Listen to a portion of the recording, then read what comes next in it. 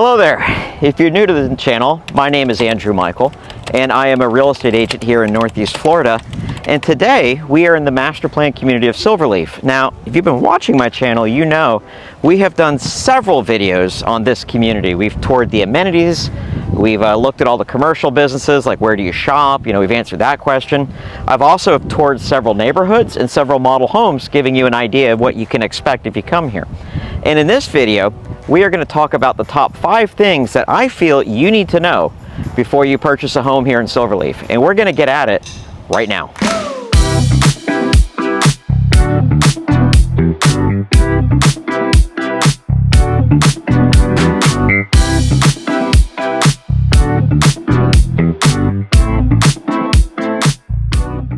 Hey everybody, welcome back. Again, my name is Andrew Michael. I'm a local real estate agent here in Northeast Florida.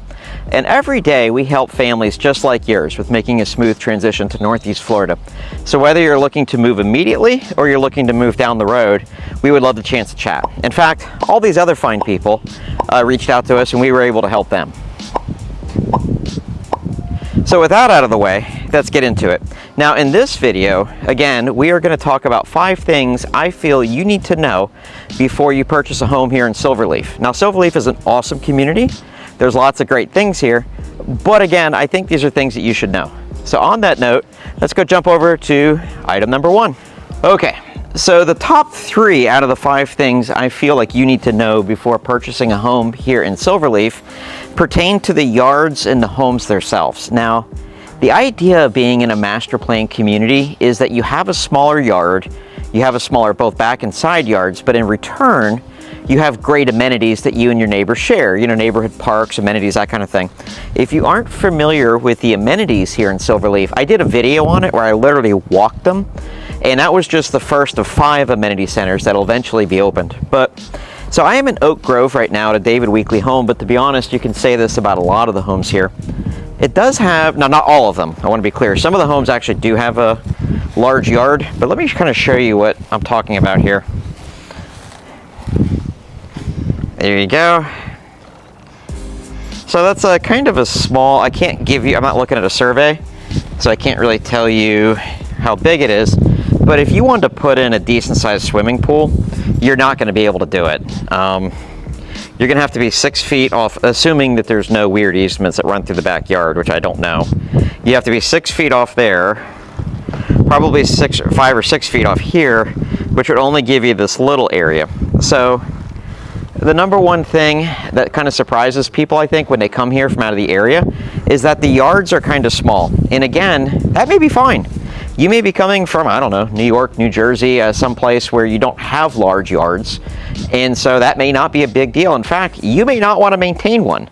So I'm not saying it's a bad thing. I'm just saying that if you have this envisioned of like an acre yard, we do have those communities here in St. Johns County. They're going to be significantly more expensive, and I don't think you're going to like it here in Silverleaf if that's what you're looking for. So that's the number 1 thing. The number 2 thing that I think you should know is kind of how close together the homes are. So let me kind of show you this one. So you have what I'm going to guess is, now the reason that they're sawed over here and not over here is that this house is not finished yet. This house is pretty much ready for a buyer. It's still on the market, but it's ready for a buyer. So I'm going to guess you've got about 5 feet from here to there, and probably another 5 feet to there. So that means you have 10 feet between you and your neighbors. Now, again, that may not matter to you. You may not care. In fact, my house, the majority of, it's not specific to Silverleaf. I think that's pretty common for a lot of the homes here, especially in the master plan communities. So I'm not picking on Silverleaf when I say that, but a lot of them are like that. Now, you can find some houses that have good side yards and good sized backyards, but I think if we were to compare all the single family homes that have been completed to this point, I think we can agree that this is kind of what you see a lot.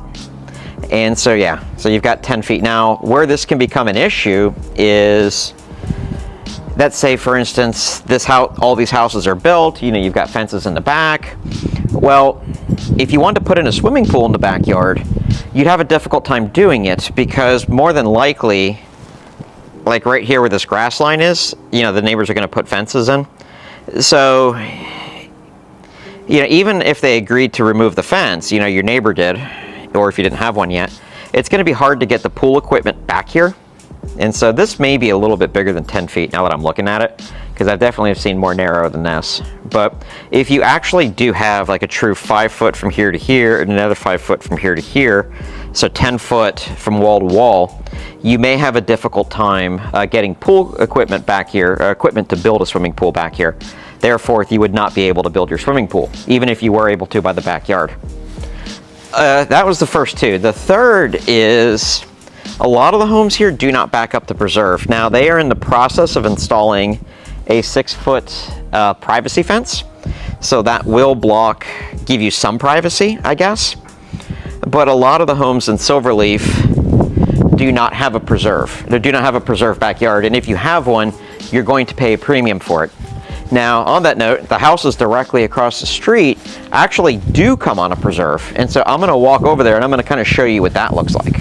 Okay, so I am now across the street from the house that I just showed you, and I want to show you the kind of the difference. This is a larger product line from David Weekley. Same builder, same neighborhood, but I'm going to show you kind of what you get when you kind of go up and budget a little bit. And I don't want to say how much, because that can change.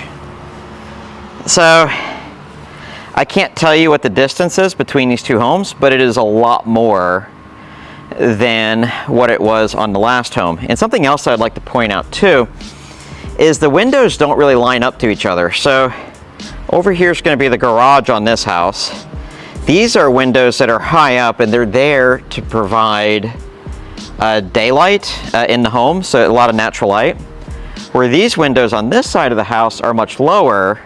So long story short, if you were in this house looking at the window, you're not going to see any people looking back at you over here. So that's pretty cool.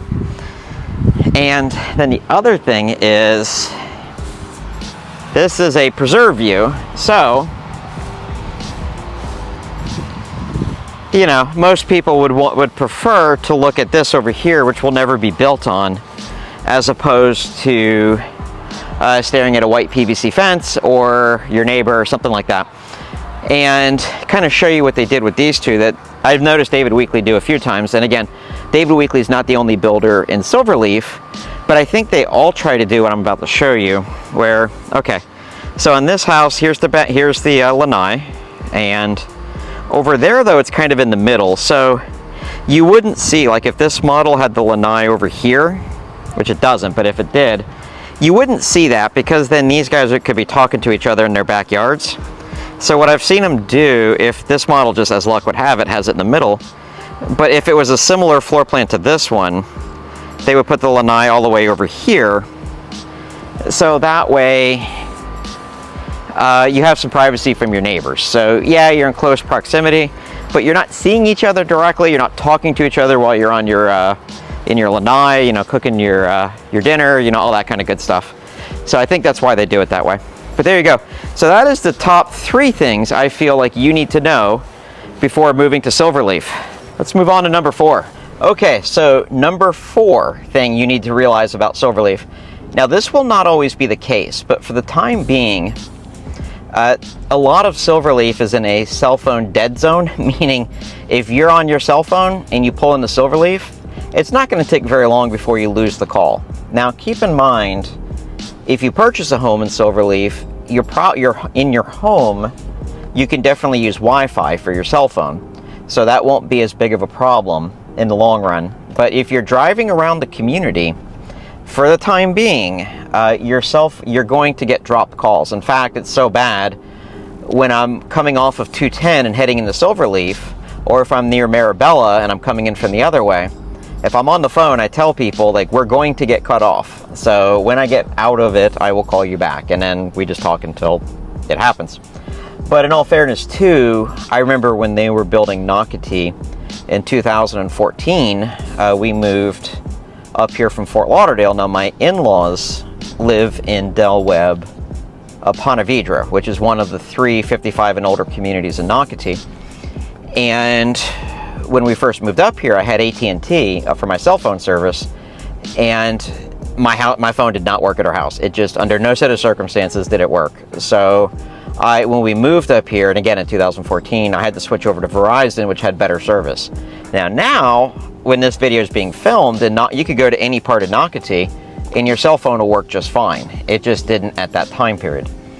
So what I'm saying with that is I'm sure with Silverleaf, as time goes on, more people move in here, well then the cell phone carriers will move in and they'll put towers in. Now either they're gonna look like those trees, which they're kind of funny to see. So you're driving along and the trees are, I don't know, like 30, 40 feet high, and you've got one tree that's like way higher and it's clearly not really a tree, or it's a cell phone tower, or they find some other way to hide it. I believe the cathedral, the Catholic church in the historic district, I believe they have a cell phone receiver, antenna, whatever you call it, hidden in their steeple. So anyway, so for right now, you're not going to get great cell phone reception in Silverleaf. I don't think it matters what carrier you have, that's going to be the case. But down the road, once more people move here, then I'm sure the cell phone companies will come in and they'll build new towers. So let's move on to the fifth and final thing that I feel you need to know before purchasing a home here in Silverleaf. Okay, so fifth and final thing I feel like you need to know is construction. Now, supposedly, now whether they're going to build this many, it depends on certain different things, but supposedly Silverleaf could have up to 16,000, as in 16,000 homes in it before it's done. And this project really hasn't been going for that long. So where I'm standing at right now, it probably looks like I'm in a forest, but unfortunately I'm not. I am standing where houses will be at one point. And so my point with all of that is that if you purchase a home in Silverleaf, you are going to be surrounded by construction for some time to come. Now, the way that builders typically handle that, like the street that I'm on right now, probably won't be built for a while. But the way the builders handle it is they build kind of in waves. So they'll move on to a street, they'll sell all the homes on that street, they'll build the homes on the street, and then they move over to another one. So it's not like some other places where you can purchase a lot and then build the home whenever you want. These lots are all purchased by the builders from the developer, and so you're going to build around the time you sign the contract. And so it's actually kind of nice because that way you're not living in a construction project for years. If you're one of the first residents to move into that neighborhood or to move onto that street, you won't stay that way for very long because you'll notice they're building all the houses all around you. So once it's all done, your neighborhood will be built. But still, in Silverleaf, they're going to be building here for years to come. So that is the fifth and final thing I feel you need to know before purchasing a home in Silverleaf. What do you think? Do you have any questions? Is there anything I didn't touch on that you wish I had? Throw those comments down below. I'd be more than happy to answer. If you get any value out of this video, then please give me a thumbs up. Go ahead and it helps me come up in ratings, so it's a big help and I appreciate it. And last but not least, if you are looking to relocate to Northeast Florida, we would love the chance to chat with you. Again, my name is Andrew Michael. It was a pleasure. I appreciate your time, and I look forward to meeting you in person. Take care.